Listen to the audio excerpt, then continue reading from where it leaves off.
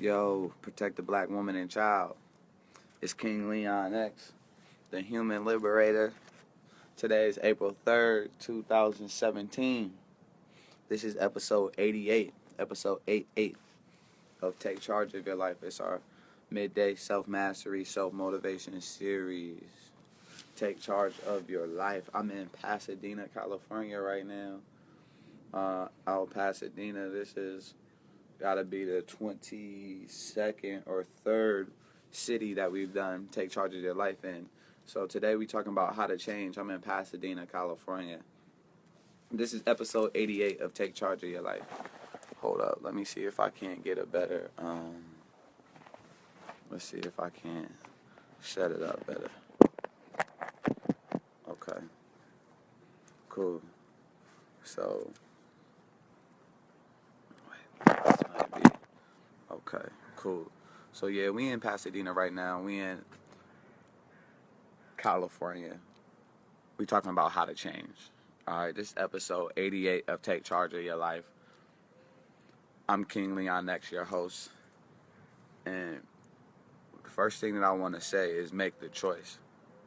If I say something that resonates with you in this episode, you type make the choice. All right, we don't have to. Yo, what's up, Willie? What's up, Ebony? I see y'all in the comments.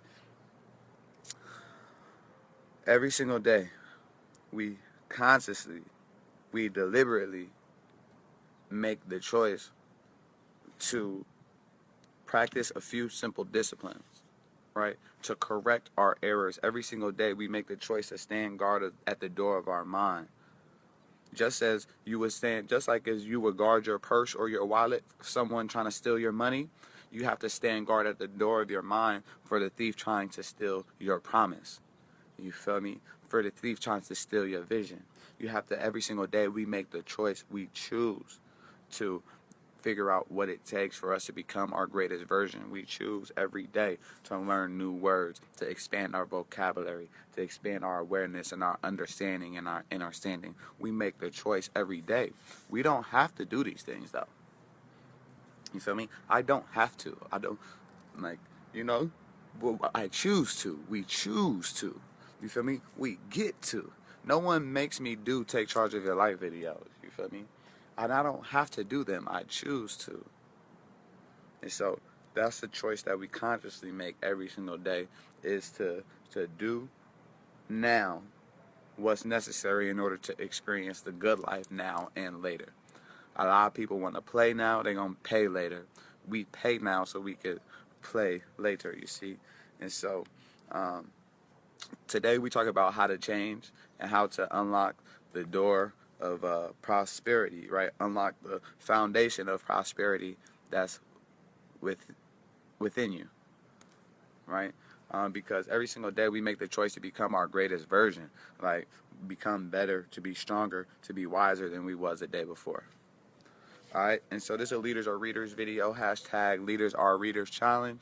We still reading out of Jim Rohn, 7 Strategies for Wealth and Happiness. I'm going to read page 80, page 81, and 82. All right, I'm going to read page 80, page 81, and page 82. And we're going to make sure that every paragraph or every 2 paragraphs we stop to comprehend what we're reading. All right, but if you're seeing me reading, I'll challenge you, right? The read out loud challenge. I challenge you. Pick up a book, record yourself reading 1 to 3 pages, and challenge your timeline to do the same. But I'm starting on page 80. We talk about how to change. No one understands, as I do, the inherent difficulty in changing old, persistent habits. But habits begin to change when we begin to change our perceptions. Right? Remember, it was probably a month ago now. We went on a whole 3 or 4 episodes just straight talking about habits. Good habits being the key to all success. Bad habits being the unlocked door to failure. All right? And understanding that we are what we repeatedly do. So excellence has to be a habit. It's not an act. Excellence isn't an act. Winning isn't an act, right? It's a habit, right? You don't win once in a while, just like you don't do things right once in a while. You do them right all the time. Winning is a habit, right? Excellence is a habit, right? And so is self-limiting beliefs. Blame is a habit. Excuse-itis is a habit, right? Um, some people habitually give their power away unknowingly. They practice a few errors in judgment. They repeat a few errors in judgment every single day, and then it leads to disaster. They habitually do that. We're here to tell you that you can make the choice to correct those errors, to right those errors. If you should walk around the block and you don't walk around the block, you could start today and walk around the block. You don't have to make up for all the other days. You could start right now. If you know you should eat an apple a day, apple a day keeps the doctor away, and you've been cheeseburger a day, or you've been Hershey bar a day, it's extremely simple to correct that error and practice a simple discipline. But it's also easy not to. Habits begin to change only when we change our perceptions, right? Because our perception is going to determine our reality. Remember the formula? It's our beliefs determine our thoughts. Our thoughts is going to become our words become our actions become our habits become our character becomes our destiny, right? So we're slave to habit. So if we must be slave to habit, we might as well be slave to good habits, right?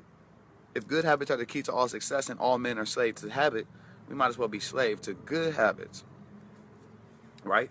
And so if it's belief, then thought, then word, then action, then habit, then character, then destiny, then before it gets to destiny and character, before your character is shaped by your habits, your destiny is formed by your character. Your habits are formed by your belief system, thoughts, actions, and habitual decisions. Your thoughts and actions and decisions are based on your belief systems. This is why Jim Rohn says right here, habits begin to change when we change our perceptions. When we change our perceptions, then our habits begin to change. Right? When we change the story that we believe about ourselves, then our habits begin to change. Most of us don't experience a huge climactic transformation, right? Most people, just like if you're in poverty right now, if you're a failure, if you feel like a failure, it's not just one isolated event that make you feel like that. It's a whole bunch of accumulated events. Same thing with success. It's not just one isolated event. It's an accumulation of events, accumulation of trial and error, development and skill, persistence, will. So it's just like that with change too. Change just doesn't just, you know.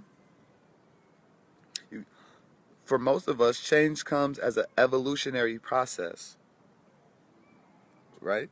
Of almost unnoticeable changes.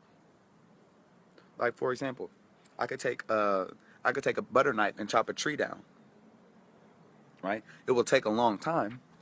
The first blow might not seem like it's making a tremor in the wood, right? The first blow, the second blow, the third, each blow of themselves might seem trifling and of no consequence. But from childish swipes, the oak will eventually tumble, right? Just like cleaning a dirty house. Like, it doesn't matter where you start. People be getting overwhelmed because their house is dirty, and then they just keep going about their business and just move shit away. That's what people be doing with their life. But just like how when you're cleaning a dirty house, all you have to do is start in one room, wherever you start. It don't matter where you start, right? You can start in the bathroom, you can start downstairs, you can start in the closet, you can start in the stairway, you can start in the kitchen, you can start anywhere, right? But you start from there, and then it's just room to room to room to space to space to space. It's not that hard. To clean a whole house is not that hard. You just have to start. Now, the trouble is when you neglect and you put it off. When you put it off a day, and then tomorrow comes around and you put it off again, and then the next week comes around and you put it off again, right? And then you're still putting it off every single day, and then you wake up and be like, "Damn, how did my house get like this? Excuse my mess." But the truth is, shit wasn't clean yesterday, and it wasn't clean the day before. All right? You are continuing errors in judgment. That's what failure is. When you repeat those errors in judgment. success, or when it comes to changing, it's figuring out what micro changes, what few simple disciplines can I practice, what errors. If that's just when I get off work, take my clothes off and put them on a hanger and in the closet instead. Take my clothes off, put them on a hanger, right? Take them off, put them in a dirty clothes basket, right? Instead of just take them off, throw them on the ground. Because every time I take them off and throw them on the ground, I don't get to them until next week, right? But if I take them off, put them on the hanger, then it's already done. Right? When I used to work corporate, me and my girl, we had a little thing. It was perfect. I would come home. When I would come home from my long day, I take my suit off. She'd be right there. I hand it to her. Boom, hung up. Unbutton my shirt, hand it to her. Boom, she hung it up. Take off my dress pants, hang them to her. Boom, and hung it up. Right there. Right? That was a system that we developed. So then now, there's no clothes around. Right? There's no clothes around. Whereas if I'm coming home from work by myself, I know for a fact I'm just gonna take this shit off. Wherever I take it off, I'm leaving it. Take this off, I'm leaving it there. Take it off, I leave it there. I get to it when I get to it. Right? And then when I want to wear that suit again, I gotta re-iron it and do all this other type of stuff. Whereas we corrected that error, right? Practice a simple discipline. And then that was a new system that we've set up, a new tactic, a new strategy, a new process that measurably increased both of our quality of life. So we just keep nudging ourselves in the right direction, forming one or two better habits here and there, until finally we realize we have turned around a major area in our life. Right? Same thing like cleaning out a house, right? Just a day, like, just keep nudging ourselves in the right direction.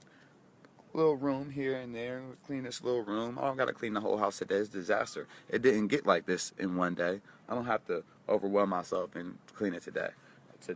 Alright, I'm gonna do this little section here. Today I'm gonna get the trash. The next day, I'm gonna get up all the clothes. The next day, I'm gonna dust. The next day, I'm gonna vacuum. The next day, I'm gonna do the windows. Next day, I'm gonna do the bathrooms. Next day, I'm gonna do the ceiling fans or whatever. Next day, I'm gonna go through and throw out the clothes I don't wear. Next day, and then next thing you know, boom, the house is spick and span. You be like, yeah, this is more like it. This is more like it, right? And then the type of person that you had to become to habitually practice those few simple disciplines versus just like one mass clean. You do one mass clean, next week your shit is back dirty because you didn't transform from the inside. You feel me? One mass clean, you just did it because you were just tired of looking at it. You didn't clean it up because you were tired of becoming the type of person that allows their shit to get like that in the first place.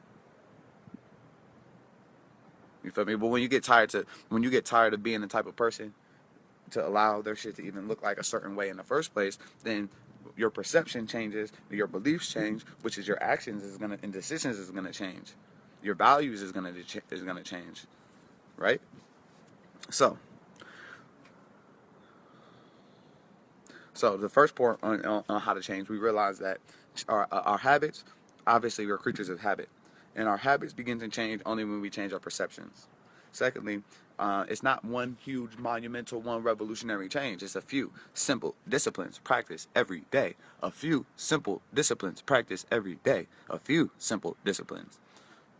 A few simple disciplines practiced every day. A few simple disciplines practiced every day. A few simple disciplines. That's how you change. That's how you change. You correct your errors in judgment and practice a few simple disciplines. Okay? A few. Just a few. Half a dozen disciplines. Correct your errors in judgment. Practice a few simple disciplines. I promise. Dramatically change your life. Measurably increase the quality of your life and your health and your mental attitude, your emotions, your social contribution, your legacy, your career, your family, relationships, the level of fulfillment, health, everything. Peace of mind, your willingness to share, your willingness to give, your willingness to evolve, and hope for future achievement and the willingness to take full accountability and responsibility for where you are, right? And the type of person that you've become, right? I'm here to tell you that it doesn't start with it doesn't start with paying for a $500 seminar. I'm here to tell you that it doesn't start with goddamn, you already losing that weight. That weight's not going to get lost until you already see yourself in that new size that you want to be in. You feel me? Your bank account ain't gonna have commas in it until you see yourself as the type of person who has commas in their bank account.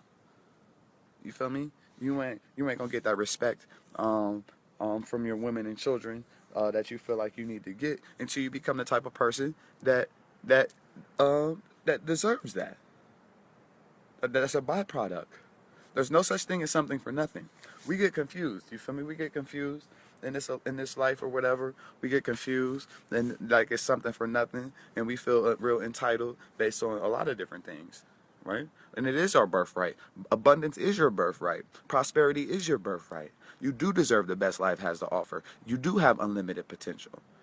You're yes to your goals and dreams. You feel me? But just because you want to plant tomatoes and just because you know that it worked, I can know that these are perfect organic tomato seeds, my nigga. But if I'm planting them in the sand, if I go to the beach to plant them, it don't matter how good of a person I am.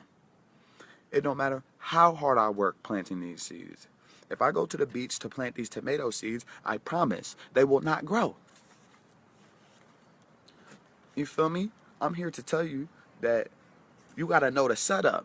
You can have all the tools you want, but if you don't know the setup, you feel me? Then you're gonna be like, that's how people be getting activity confused with productivity. They'll spend a whole year, the whole season planting tomatoes in the sand. And then when time for harvest, they'll be blaming the harvest, they'll be blaming the tomato seeds, they'll be blaming nature, they'll be blaming the environment, they'll be blaming everything. It's like, except for themselves. Like, maybe you didn't plant the seed in the right place. Maybe you just did. It doesn't matter. Listen, a few simple disciplines correct our errors in judgment, right? Figure out what half a dozen things that you could be doing to clean up your entire act and do them shit every day. Just get some daily rituals, practice that shit, do it. You feel me? I could do 5,000 push-ups right now, and I promise I'm gonna still have a bird chest. But if I do 100 push-ups 5,000 days in a row, I'll be swole as fuck. You feel me? You get it?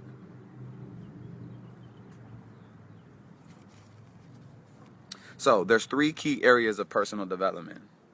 Damn, I gotta clean up my nails. See, breaking down this gun. See, I'm in Pasadena, California right now, and I was at the beach and just doing a whole bunch of stuff and break it down, a whole bunch of good guns. I gotta clean my nails. I don't know, so you know how when you be breaking down the bud or whatever. But anyway, 3 areas of personal development. I'm gonna cover this and then we gonna be out. All right. And I'm gonna cover this really shortly, and we might even come back on it tomorrow. The 3 areas of personal development: spiritual development, or spiritual self-development, physical self-development, and mental self-development. So we can continue this Leaders or Readers Challenge. California Katen, yeah, you already know that's basically what I'm doing. But anyway, in your quest for personal development, there are 3 areas for you to consider. You can look at you can look at developing yourself spiritually, physically, and mentally. So we're talking about how to change.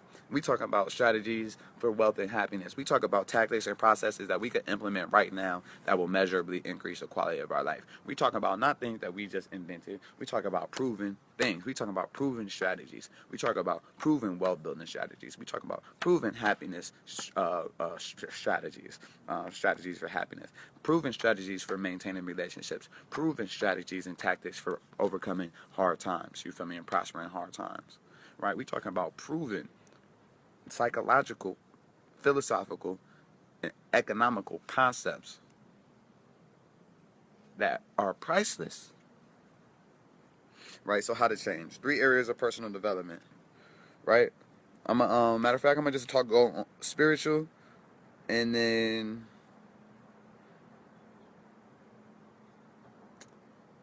I'll do the rest tomorrow because I want to give each of these areas their own episode actually. So tomorrow we're gonna be talking about spiritual self-development, and we're gonna talk about that just in itself. And then on Wednesday we're gonna talk about physical self-development, and then Thursday or the next day we're gonna talk about mental self-development. I'm most likely gonna be doing my episode in Las Vegas tomorrow. I'm gonna be going to Vegas here shortly. Spiritual. Let's read what it says though. I must confess that I consider myself an amateur on this area of spiritual development because I was raised in a home filled with deep faith. My father is a preacher, a fact which makes me, for a better or worse, a preacher's kid.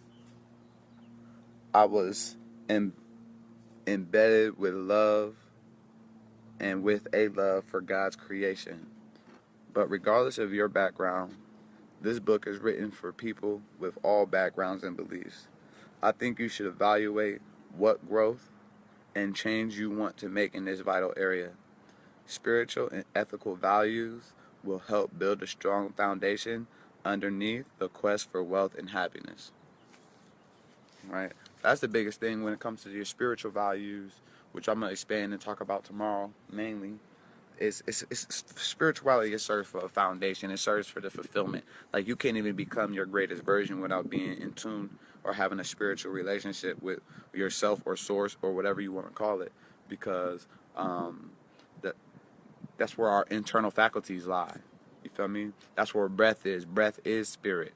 You feel me? Spirit. You're in your spiritual development, or your spirit is even what allows you to relate and be aware of your relation to everything else in the world. So we're going to talk about spiritual development tomorrow, spiritual self-development. But the main thing of this episode 88, was how to change. All right? And we realize that we change by our perceptions, right? Our habits. We are creatures of habit. And so how do we change habit? Only habit can replace habit. You can't replace habit with anything else. So we must replace bad habits with good habits. We must replace destructive habits with constructive habits. Right? We must bathe ourselves in good habits so that the bad ones may drown. And as we slowly but surely chip away, slowly but surely, every day practice a simple discipline and ingrain it and become that type of person that we intend to become, one day we'll look up and our whole life is unrecognizable. Just by a few simple disciplines practiced every day, we could develop and build an unrecognizable life. That's what I've done. That's what I've done. So I'm here to tell you that I didn't do it on my own thinking. You feel me? I did it just by implementing these same strategies and processes that I'm sharing with y'all.